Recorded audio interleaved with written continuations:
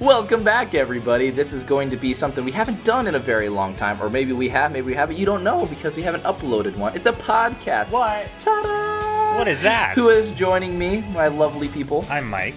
And I'm the other one. Who's the other one? One no one cares about. I mean, Ha! Nailed it. Rude. Anyway, we're here to tackle. I try to say tackle and talk about at the same time. Perfect way to do so. We're What here a to talk about humorous thing you said. welcome to our Exactly, talk Mike. show. It's funny you mentioned that because we're about to talk about humor in video games, how humor is done right, what kind of games do we think is our funniest ones, what games do we think just approach humor in a completely wrong direction. But to start things off, my general question to you guys is, what game do you think did humor right? And it could be in any kind of genre, any kind of game, but games that were meaning to be funny. We can't talk about like terrible glitches like Sonic 06 bad. Damn it. I'm talking about games that meant to be funny and the humor was there. Paper Mario is the first one that always comes to my mind. I always think that game is like super hilarious. I always love the dialogue in it. It's very lighthearted, you know. So Paper Mario 1,000 Year Door is always the first one that comes to my head. Well, okay, so do you think it was more of a character thing, or do you think it was more of like just like the general storyline? Because Paper Mario has never been as serious as taken itself really seriously. I guess until you would consider Super Paper Mario, where it got a little darker, even though it was still hilarious. But Yeah. To me, it's the characters. I like the way the characters all had very unique and bright personalities with them, you know? So the jokes like fit each character nice. Like even, because there's some games where Bowser is like pretty intense, right? Like if you play the original Mario Bros or whatever, like he's kind of a scary figure. In this game, Paper Mario 1,000 Year Door, he's kind of a joke, you know? And I think that's what makes the series fun, is he's like the main villain, but he's always like trailing behind everyone else, you know, trying to like catch up with everyone and get the crystal stars. And I don't think he ever gets a single one throughout that whole game. So oh yeah, besides like sneaking into Rock Hawk's like training facility and like. Right. I will say two of the funniest moments I think in that whole entire game is in one of the very opening scenes when you're just talking with, I think it was Toadsworth or whoever was in the center of Rogueport, Rougeport, whatever you call it. I think it's just Rogueport. But in the background, you see the two of the Piantas just beat the crap out of people. Yeah. And then they just run off. it's little things like that. Like the game did good with like the little details, you know, and like making it funny all around, I think.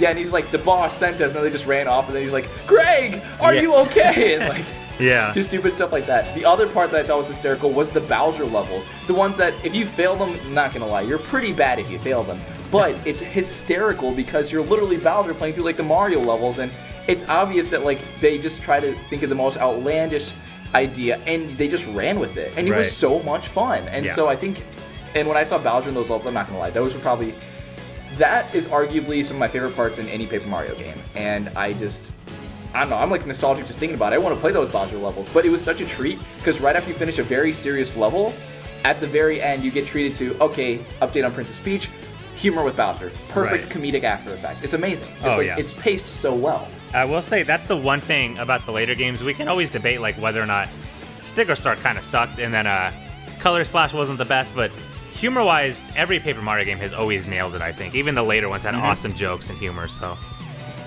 I will agree with you on that. What about you, Travis? What would you say has done a game that you've played recently or non-recently that you said has done humor right? Oh, I would definitely have to put the Borderlands series up there in humor. I can see that one coming. God, that game makes me laugh. Because a lot of people know, me and CJ have played through the Borderlands 2 a bajillion times. We're now playing it again with Scooter, because why not? Tiny Tina is the greatest person. One of the DLCs, she is your dungeon master, and she'll just be like, and now there is a overleveled dragon, and you all die, and you literally just die, and you're like, okay, this is fine, and it's just it's so funny. I'm surprised there isn't a Borderlands 3. I'm still curious about what They happened say there. that it's in the making, and by they I mean the leakers, who also, leak all the Smash Bros stuff. So it's very reliable. The same people who say Half-Life 3 is in the works too. Yeah, Pretty much. Yep. Oh god. Okay. I would love for a Borderlands 3 to come out. I would pre-order it instantly. Since you like games like Danganronpa 2, you should try Tales from the Borderlands. Okay. Because that's a Telltale game, right? And so they like are very story oriented, but it totally has the humor of Borderlands mixed in with like that story-driven type of game. And that one I think was also hilarious. So Okay, I'll definitely have That's one to we're checking keep out. my eye out for that then. yeah. So I'm going to answer my own question. I know, shocker. What a surprise. But I'm going to say two of them. Sorry, I'm going to fit two of them in there because I'm cheating. But I was going to say Undertale, which is extremely obvious. I don't think I'm going to have to explain that one in depth. But Undertale is freaking fantastic, hilarious. It's one of those games that I would consider is like self-aware to the extent of how the game is and like the traits that are in RPGs. But to the point where they're not breaking the fourth wall that annoys you. It's breaking the fourth wall and it's dancing it's basically dancing the line where it would annoy you and not be funny at all perfectly, where it has you rolling on your back laughing, which is amazing. And I'm honestly surprised about how perfect Undertale is just to get away with that.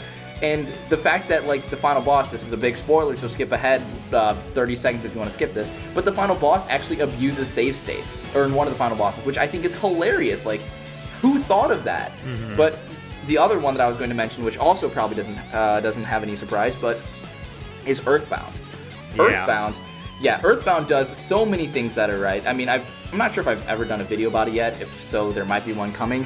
But one of the things that I've loved about Earthbound's humor is the fact, especially with the Runaway 5, it's also one of those games, and it kind of almost started that trend. Honestly, if you think about it, Undertale and Earthbound just kind of go together, because for people who don't know, Undertale, originally Toby Fox was trying to create a Halloween hack, or Halloween mod of Earthbound, and that was going to be the game, which eventually became Undertale. So a lot of Undertale was actually inspired by Earthbound, which is probably one of the reasons I love the humor of Undertale so much, and also And that's why Earthbound Ness too. is Sans. That's why Ness is Sans, man. You should do a theory about that, Right? Mike. No one's done that before. But anyway, yeah, so both of the humor that they have is just, it's to a point where you know the formula, you know the tropes that the genre has, and it's also being able to be aware of what the jokes will be and not make it annoying. So in Earthbound, everything just seems to flow so natural, so lighthearted, and same thing with Undertale. Undertale, you're literally fighting for your life at these points, but it doesn't feel like that. It doesn't have that element of stress behind it. Same with Earthbound. Earthbound, you're facing the ultimate evil Gygas, but you never feel like, oh crap, this ultimate evil is going to destroy the world.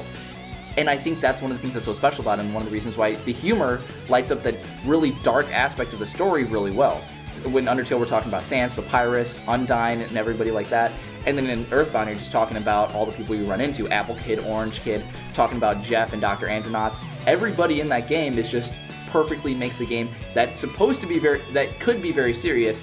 You never think of it in a serious way, and you're loving it the whole time. Yeah, well, that's kind of what Mother 3 is like, because Mother 3, I think, overall is a much darker game than Earthbound. Especially if you just think about how that game starts. This is kind of a spoiler, so warning there, but and it's not really because it happens early on, but your mother dies in the game, right? Lucas's mother dies pretty much within the first, 30 minutes of that game. And so it sets the stage for being a very dark game, and throughout, it's constantly you see people getting put down, or you see people getting, basically getting their life kind of stripped down, especially that one monkey, I forgot his name. It's kind of funny, but the whole idea of it though is there's a lot of comic relief aspects that will take this darker game and still be able to make you laugh, So it doesn't make it feel like a depressing adventure. It still feels lighthearted in a darker setting, which I always think is so creative. It's so clever how they're able to pull that off. And it's such a hard thing to do, too. Another game that I want to talk about is kind of a weird one, but this one I would say is probably one of the most controversial ones in my mind, but one of the games that I think actually did humor extremely well. But again, this is just my opinion, so please tell me in the comments how I'm wrong, but it's Xenoblade 2. And I'm talking if you actually know the scene where Tora is the no pawn in your party, flips the switch, and when Poppy basically pops to life, and Poppy being an artificial blade, pops up and basically is a robot and just goes, "How may I serve you, master?" Making the generalization, you'll have to see the scene, but it's very obviously oh, that's on the wrong setting or whatever. In that kind of case, if you actually play through the game and see it in context, I think it was done perfectly and it had me laughing my ass off. Right. But if you see it in just a random video and they're just what the hell is this crap? It's one of those things where context matters a lot. And that was actually one of the moments where I was I freaking love Xenoblade 2, because they're not too scared to basically make a joke like this. But as a kid, you're just going to be okay, this guy's nervous, I guess that's okay, and just brush it off. But as an adult and being able to see it with a different lens, I'm that's pretty cool. Right. They straight up called out people with that too, and I think that was pretty awesome that they did that. But that one I definitely think is more controversial because people can look at that to be like, this game's messed up. But for me, I looked at it, I was like, I like the way that Monolith Soft knew what they were doing in this situation and knew how to try to turn it into a better joke, I guess. Because if you look at the art style about it, it draws heavy inspirations from like Japanese anime. And some of the things can be very divisive, and obviously I'm not a huge fan of the art style, but it's still really cool to see. I don't know, I'm kind of in a weird mix with Xenoblade 2. I have a lot of thoughts on it, but man, it's hard to sort them out. I've been trying, but Xenoblade 2 has been a game it's been messing with my head. Right. Mm-hmm. Oh, interesting. But yeah, I think Xenoblade 2 is on humor well. But anyway, if we're ready to move on to our next question. Sure. So what game have you played that has done humor badly? Like went up straight up, tried to attempt a joke, but was terrible. Any Sonic game ever. Yeah. Anything Knuckles says. Okay, but if you're talking like Sonic Boom in the very beginning where Sonic was like, Sonic, me and Tails are going to go right, you and Amy go left. And then he holds up his hands. And then Knuckles draws the L's. Yep. I thought that was pretty funny. Well, the thing is like, it's just so reoccurring with it that it, like, could have been funny, but they've abused it. If that makes sense. Interesting. You know, because, like, Knuckles has always been the I can just punch things, I don't know actually what I'm doing at all, he's a lost soul. Yeah. So they've, like, played the fact that he's that stupid for so long that it doesn't faze me anymore that it's like, oh, he's stupid. It's like if Big the Cat does something stupid, it's not like, ha ha ha. I'm more like hitting my head because it's just like, why? Well, Big the Cat's just annoying as crap, jeez. Ugh. Oh, Big the Cat. I mean, I'm sorry. His levels were so innovative. Have you ever had to do a boss fight where you fished a frog out of a giant chaos monster? Genius. Yeah, I have once. Brilliant.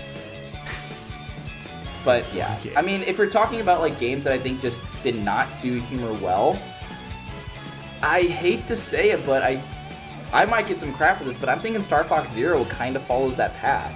Because there's certain times where they just tried to make an attempt at like hitting nostalgia, but they just missed. I mean, even like the voice acting and whatnot, I still think it was good. It still was like, oh, that's kind of neat, but it just fell flat, really.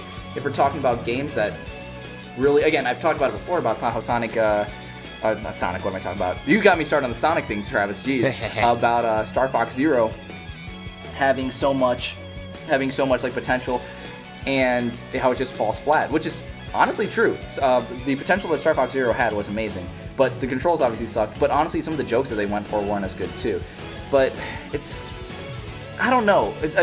I think one of the issues with that though is like Star Fox 64. Some of the things that were so iconic and so funny about it weren't meant to be funny, like the dual barrel roll. That I don't think was meant to be a funny thing. Right. But everybody just thinks of it as just like an iconic thing of just, it's just a meme at this point, you know? Right. I will say, there is a game that's kind of similar, but it's a little different as far as like humor that didn't work, and that's Banjo-Kazooie Nuts and Bolts. Yep, that's a great one. Because that game spent a lot of the game dissing the games that came before it, saying that, oh, collectathons are a thing of the past, no one likes these types of games anymore. And it's like, I get where it's coming from, because that's always the kind of jokes it makes, but when you're making fun of something that people have been wanting for so long, and then you don't give it to them, because that's an example. And then Project Spark was my other example, because when that one came out, they made a joke about how a Conquer game hasn't been made for a while, and then they had Conquer all pop out all excited, and then they announced that I guess you just have to make your own game, and then it was Project Spark, which had nothing to do with Conquer. So, like, Rare especially uses Conquer and Banjo to, like, make fun of the things that people loved, and then not giving them what people love. So I feel like it's comedy that's like a slap in the face. No, I'd have to agree. And on the topic of Rare, I would say all the games that Rare has really made, I guess the ones that I've actually played through, like talking about Donkey Kong 64, played a little bit of Banjo-Kazooie. I know it was like for a stream a long time ago. Donkey Kong 64, I just said that. Conker's Bad Fur Day, but they really did humor well. Oh, yeah. And most of the time, like, again, you're talking like good platform mechanics, just fun gameplay already. But Conker, I don't think there was like a dull moment where I wasn't like laughing my ass off. Just taking a giant frying pan and whacking a statue with it, and then the fact that doesn't knock him off, but he's laughing so hard that he falls off the bridge. That's brilliant. Right. Like the developers for like those kinds of games were brilliant when it came down to humor and just making sure that it is a fun journey from start to finish. And what I've loved so much about, especially those rare games, I don't think it like stopped all the way through. You still had the perfect blend of humor with the gameplay, and just, I don't know, just the amazing, what's the right word for it? Just the fun at like levels that you're in. Everything about it just made for such a well-rounded adventure. And you know what? Banjo's still not in Smash, so I mean, apparently he wasn't that good. Let's protest Smash with 74 characters because they didn't give us Banjo. Or Waluigi, but they gave us a plan. Yeah. Wow. That's another topic. Yeah, that's a different topic. But yeah, no, really old school rare games just did it so well. I mean, Banjo-Kazooie, and again, Banjo-Kazooie I would say like did so well too, because I mean, the fact that the whole reason why Banjo's going to save his sister is because I can't remember what Banjo's sister's name was, but Gruntilda was trying to steal her beauty or something like that, and that was the main point of it. It was such a non-serious story, but it's just like, oh, I still got to save my sister, so it's enough of a goal to get you going, but it's not like as serious of a goal that makes you want to stop. You know what I mean? Yeah, her name was Tootie, by the way. Tootie. Yeah. Sorry, Tootie Kazooie. Yeah. Is it Kazooie? Yeah. Yeah. No. Kazooie's the bird. Okay. No, Kazooie's bird. Yeah. Tootie. Sorry. Yeah. You're right. My bad. How did I mess that up? We're all learning. It's been a while since I played one of those old school rare games. But yeah. Anyway, are you ready to move on to the next point that I want to bring up? Maybe. Drop it on us, man. What do you think of fourth wall breaking in these games?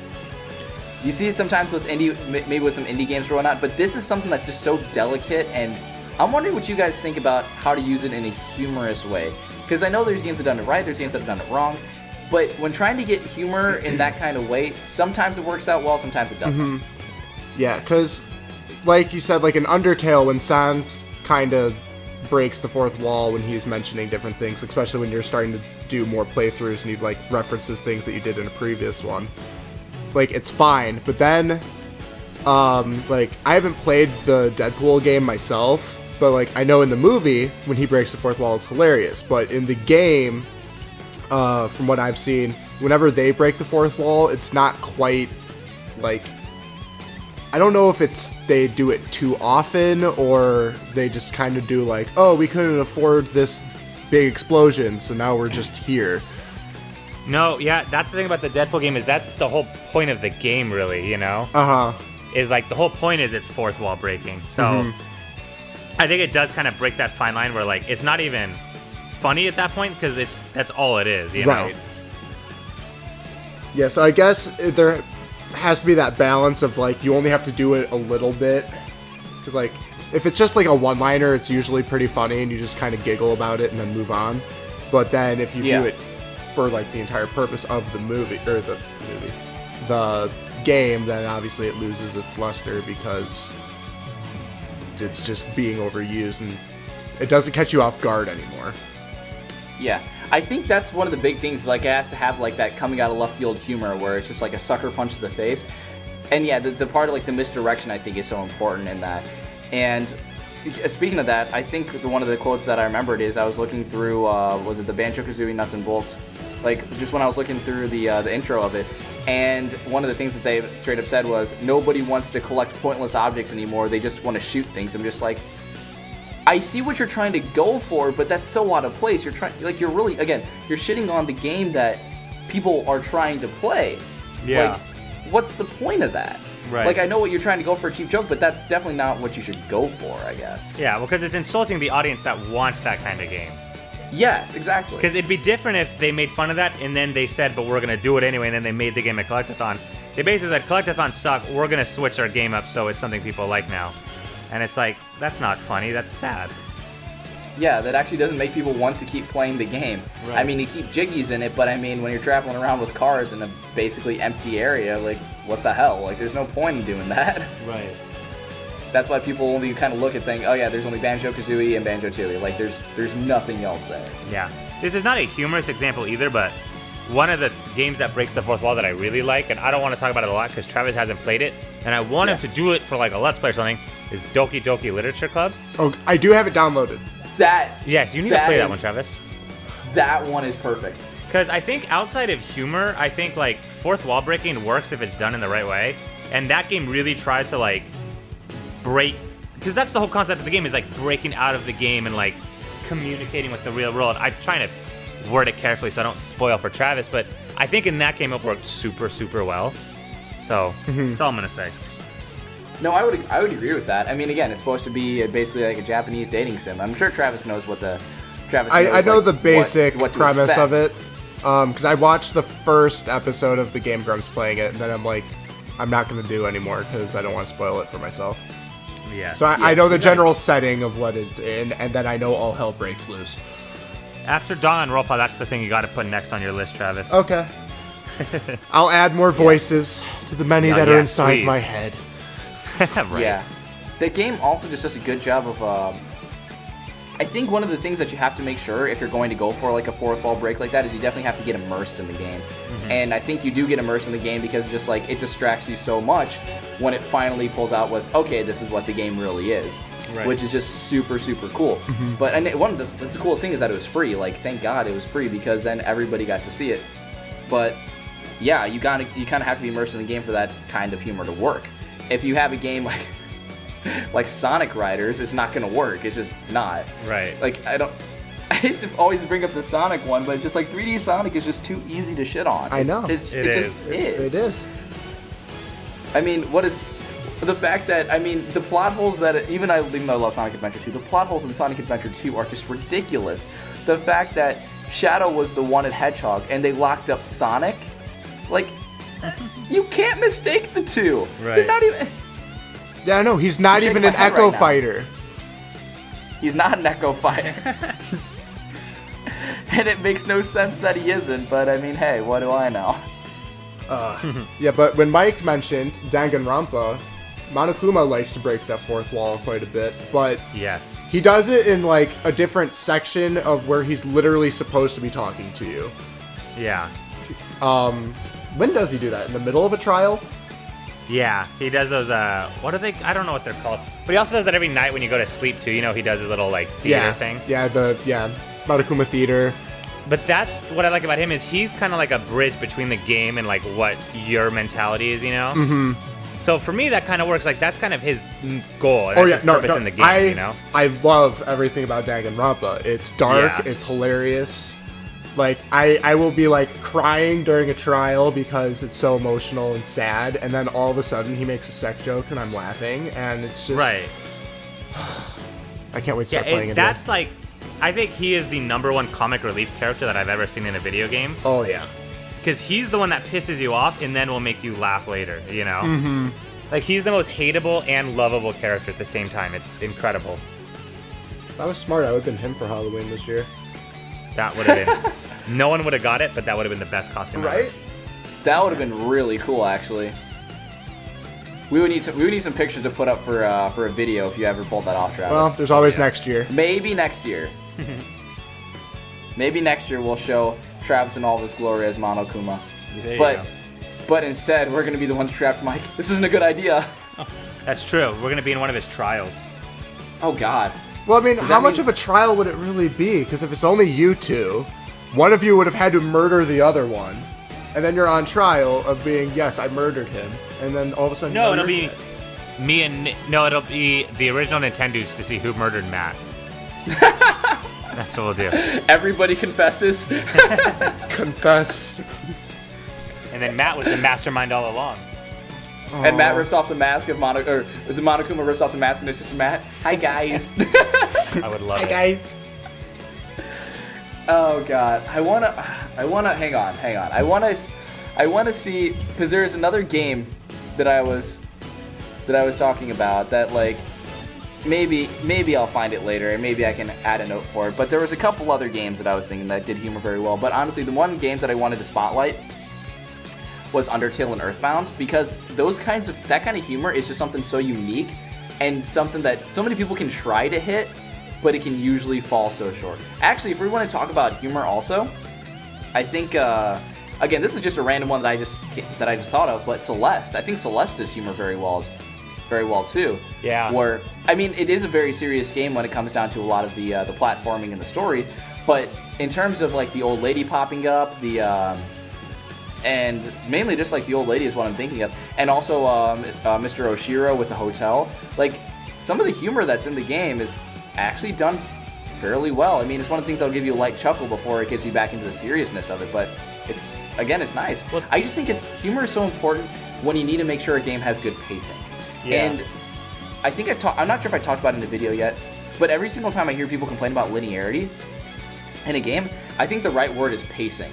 Because linear games, as long as they're taking you through enough and you have enough variety, I don't think people they don't really care that it's linear and whatnot, because if they still have other ways to interact with the environment. But if you go through a game like that, and they don't actually give you any or they don't break up the pacing well, like Final Fantasy 13, it will be bad. And so I think that's really what it comes down to for it. And if the pacing is right and humor is incorporated well, I think it just combines for a more cohesive game and a better experience just in the long run. Right. No, I would agree. And I think with a game like Celeste 2, it's comic relief, but it's not too much, like you said, to where it takes away from the depression, because it's very easy to cross the line where you have a serious plot, but you make too many jokes and it takes away from the plot, Mm-hmm. But Celeste doesn't do that. It's not even really funny, but it's just enough to keep you smiling, I guess you could say, Yeah. But it's not too much to take away from what the plot's message is, And I think the heavy impact that you still get from the story too. Right, it still has all that without you thinking, oh, this game is just a joke, And I think that's impressive to find that fine line. Oh yeah, and again, for people who can do it well, it's just fantastic. Because normally you see games that are more serious. You wouldn't when you think about Paper Mario, you don't think about a very serious story. When you think about Banjo-Kazooie, you don't think about a serious story. Which, if you also have a little food for thought, if you guys can think of one, if you can think about a game that actually has a serious story, that actually does humor well. Because most of the time, you either have a game that is more leaning towards a serious story or a more funny story. Like Banjo-Kazooie, again, somebody's trying to steal the attractiveness of Banjo's sister and trying to become pretty in the end. Mm-hmm. Or if you're talking like Paper Mario, it's just you're just saving Princess Zelda. I mean, not Princess Zelda. Sorry, Princess Peach, and it's just you're having jokes along the way. It's a game that's just more comedic. Same with South Park Fractured But Whole. I know I'm bringing that in. Oh I God, like say South Park. It too. Yeah, which is fantastic because literally the opening scene, again, sorry this is a spoiler, but it's hysterical. The first part of it takes place after the Stick of Truth. One of the first scenes is when it's oh, we need to get the king. The king's come back. Basically your character's taking a crap. And when he comes out, Cartman literally butts in and he just goes, guys, stop, we're not playing, we're not playing Medieval Warriors anymore. We're playing superheroes, okay? Go home. And then it just switches over immediately. Yeah. Which is just hilarious. I mean, that game is such a joke. The title of it is a joke. Oh yeah. It's amazing. It's a pun, but it goes it leans one way or the other. Right. And I'm wondering, can there be a serious game that's also funny? Because if not, I think it's got to lean towards one way or the other. I don't see a way around it. Really. Danganronpa's probably as close as I can get to being that's serious, what I was gonna say. But still funny, because the premise of it is you're putting a bunch of high schoolers who want to murder each other, and then you solve murders. Yeah, because it's one of the funniest games I've ever played. But it's also the game I probably cried the most throughout the game, or felt devastated in it. Oh, it's so it nailed good. both sides. It's insane to think that it did that, but it totally covered both of those things perfectly. Yep. And granted, being 50 hours helps, but Yeah. Yeah. I still need to play it eventually. Yes, someday. I mean, Once I get a PS4. pretty soon. Well, you could do it on your computer. I'll buy it for I don't you. like PC. When you get a PS4, I'll buy it for you. Alright, we'll see. If not, what if I buy you a second copy? And then I'll just give it to you as a gift. Dude, we got it. We got to figure it out. Anyway, I like that plan. I'll buy it, send it to Mike. Mike sends it back to me. The only money that we're losing is in the postage. Right? All right, I think I'm good for my thoughts. If you guys have anything else you want to say? I think I'm good. I like funny games, and I like comic relief in games, so thumbs up. I agree. I always like a good What's laugh. about you? That's why I try to go for one. Yeah. Yeah. It's such a hard thing to get right. When it's done right, you just gotta appreciate it. Exactly. Yep. All right, wrap things up then. There's a comment section below for a reason. Please let us know what you think is a really funny game, or is a game that has bridged the serious and humorous gap very well. Let us know if we've missed one that was really important, or if there's a game that's coming out that is, or is already out that you think is a very funny game that we should play. Also let us know about that. Otherwise, this is Nick signing off, and who else? Mike. And Travis. Later. Yay, Bye. bye.